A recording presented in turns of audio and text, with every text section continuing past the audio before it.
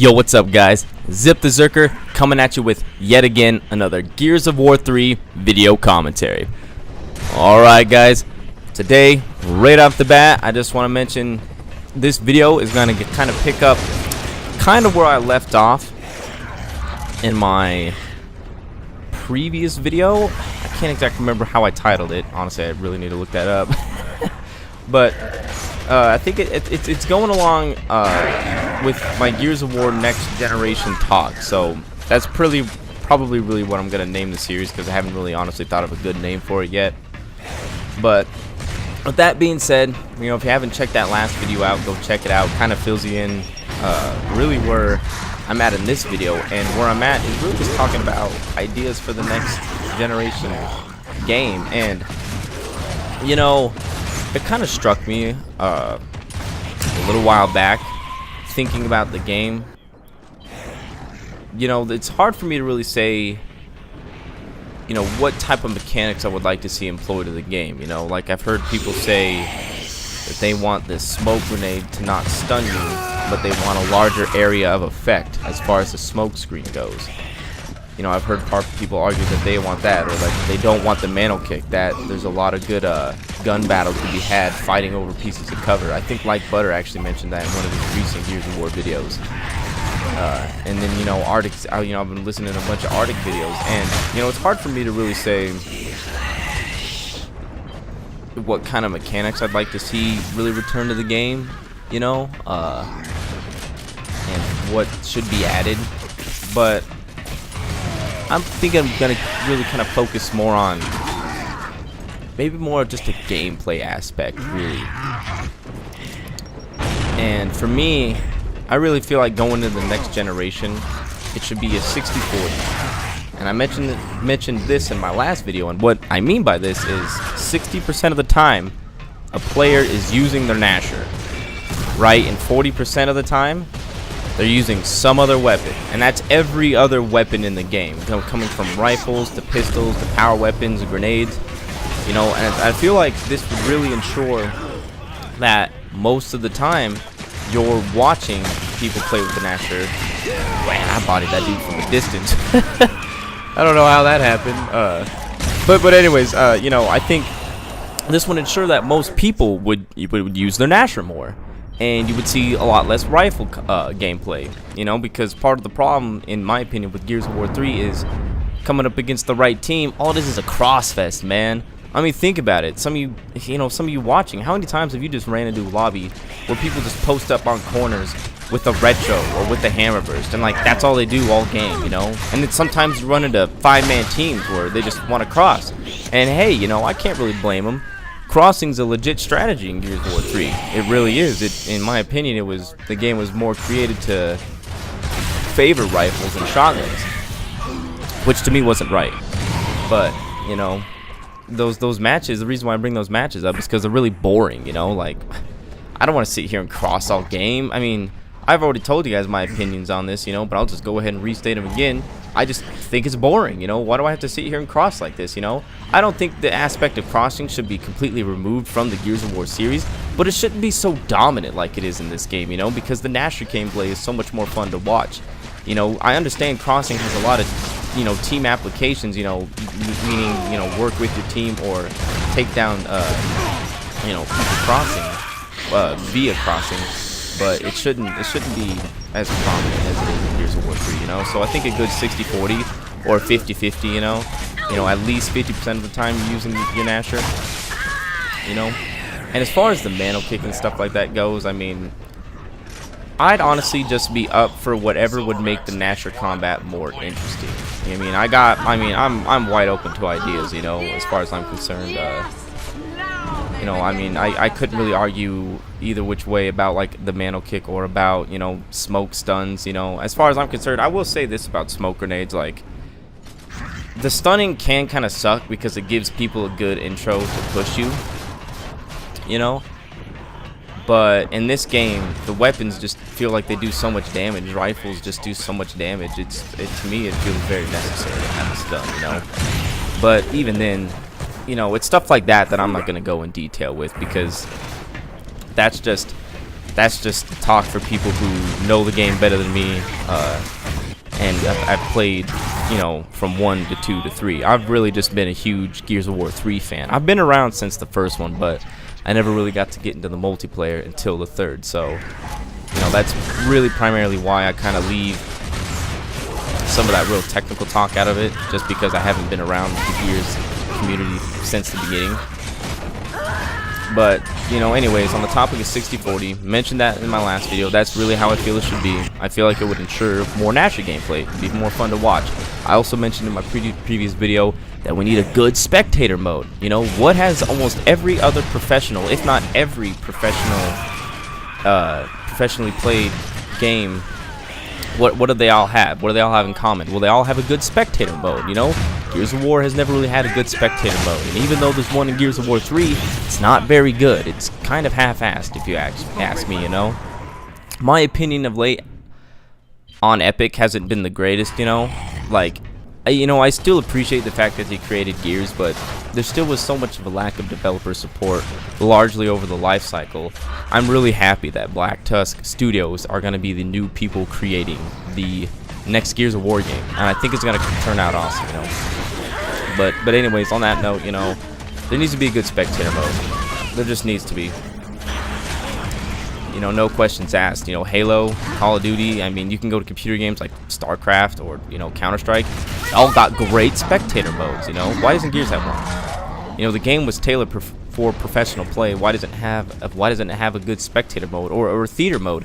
You know, another thing I mentioned in some of my previous videos is casting Gears of War. You know, casting games in Counter-Strike is a huge thing. You know, I'm subscribed to YouTube channels where the creators primarily just cast professional Counter-Strike games.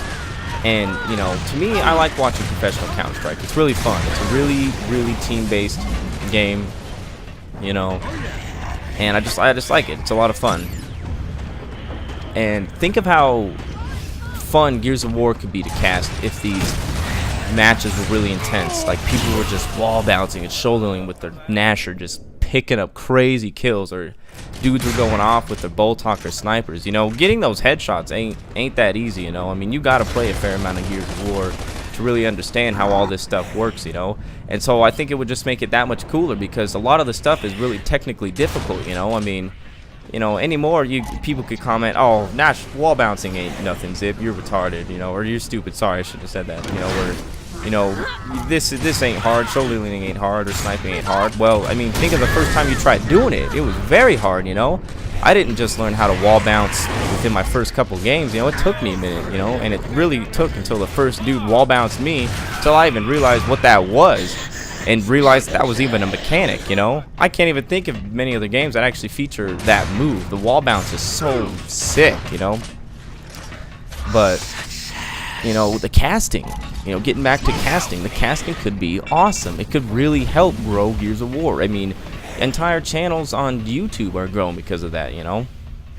And, you know, obviously these people do other stuff, but still, you know, thousands upon thousands of views. You know, this dude had hundreds of thousands of views on just videos he would cast, professional games, and that's all he would do. He was a good caster, you know. So we need a good spectator mode. We need a good theater mode, you know. Not only that, you know, but going back to my 60-40 talk, is we need to have good maps, you know. We need to have good maps that have good flow, that ensure that the Nasher is going to be used more often than a rifle, you know. If you balance the game to where you intend players to use the Nasher more than a rifle, but then you create multiplayer maps that are really wide open, well, people are still going to use rifles and pistols and whatnot, you know. So the maps need to be good, you know. And on the topic of multiplayer maps, I feel like part of what makes a good multiplayer is having a backup of a good campaign. And I mentioned this in a previous video, and you guys might kind of be thinking, like, why do you need a good campaign for good multiplayer, Zip? They're like two different things. Well, to me, they're not. You know, imagine the first time you guys played Gears of War 1. You know, and then imagine the first time you played the campaign and then the multiplayer. Well, one thing they had in common is the multiplayer and the campaign were both very dark. They stayed true to the Gears of War series, you know. You felt like you were 15 years into a war that's ravaged the earth, ravaged mankind and the Locust alike. And, you know, we're left fighting in broken cities. You know, we're left fighting at night, guerrilla warfare tactics, you know. there's, you know, locusts popping out of the woodwork and all this crazy stuff. And like the foliage, the forest, you know, the vegetation is reclaiming these broken, destroyed cities. I mean, when you go from the campaign to the multiplayer, you still feel like you're playing Gears of War, but now you're playing it online against actual Locust players, against actual COD players. It just amps up the intensity that much more. You know, I didn't really get that feeling in Gears of War 2 or 3 because I didn't feel like the campaigns were that good. Gears of War 1, the campaign really set the tone, you know. It was dark, it was eerie, it was mysterious, you know. And like I said, the Locusts they're just destroying mankind, you know. As I mentioned again in one of my previous videos, 1/4 of the human population perished within the first 24 hours of the Locust invasion. That's an insane, just think about that. 1/4 of our race dies in a day. I mean, with that logic, you could say in 4 days the entire human race would be extinct. But yet this war carried on for 15, 20 years, something like that, you know? It's pretty epic, honestly. I mean, you know, no pun intended. You know? And I feel like coming off a really good campaign that was told well, that really helps the multiplayer. Because there's times in the multiplayer where I'm playing a map and I'm like, oh yeah, this reminds me of this campaign mission. Now I kind of want to go back and play that, you know. That was a really fun mission. It was really cool, you know. And one thing I really liked about Gears of War 1 more over these other maps is they had so much, you had more of a chance to play sneaky, you know. You could play aggressive, you could play defensive, but you could also play kind of sneaky, you know. The game kind of allowed you to do that just the way it was, and I really like that about Gears of War. And they kind of removed that in 2 and 3, you know. You can still kind of hide and be a little sneaky in Gears 3, but it's more just corner camping, you know, not really being sneaky. And what I mean by that is, you know, think of the original Escalation. You know, the original Escalation on Gears of War 1, I absolutely loved. You know, I really did like that map. You know, I don't really like the Gears 3 version. I can't remember if there was a version on Gears 2 or not. I didn't really play much of it. But yeah, you know, on Escalation Gears 1, there was a lot of plant life, a lot of foliage, you know, vegetation, stuff you could kind of blend in with or hide.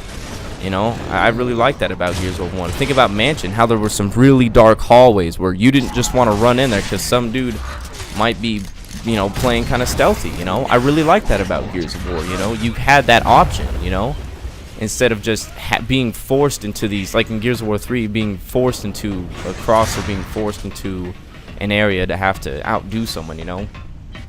I really like that about Gears of War 1. But, you know, I feel like the multiplayer map should represent areas in the campaign. It should also be, you know, architecturally, I guess, just very vibrant, eye-catching, you know. Have a lot of scenery, have a lot of stuff to look at, you know. Don't just create a map that's just bland, you know. Here's the stuff you could take cover with. This is where you shoot. This is where you spawn. Go, you know. It's like, no, I appreciate that. I appreciate the detail, you know.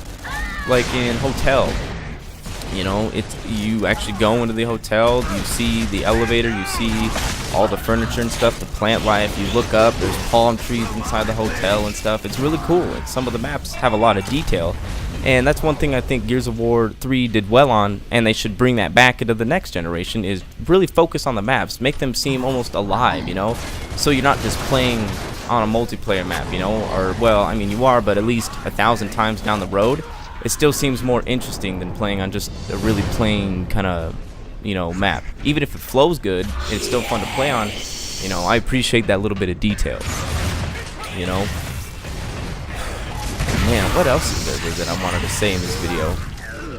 Oh man, I can't remember. Oh, I was, you know, it's been taking me a week really to really kind of get this video out, a good one out, and I'm pretty sure this is going to be the one I'm going to upload.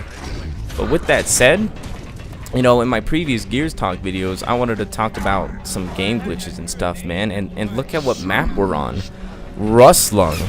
You know, it's one of 3 notorious maps where you're probably going to get lagged out on, you know. When it comes to the whole lack of developer support issue, it's like, man, this issue on Rustlung and depths and checkout has been in the game since the beginning. There have been threads and all this shit on the forums just talking about it. Why hasn't Epic fixed it, you know? Pisses me off, you know? It's bullshit. So I just had to get that out, guys. I ranted about that way too much earlier this week, so I'm done with all that. But anyways, guys, if you're still around, still watching, you know, hey, thanks for watching these videos. It means the world to me. I'm gonna try to keep pumping these out. But anyways, guys, this has been zippTHEzerker. Thanks for watching.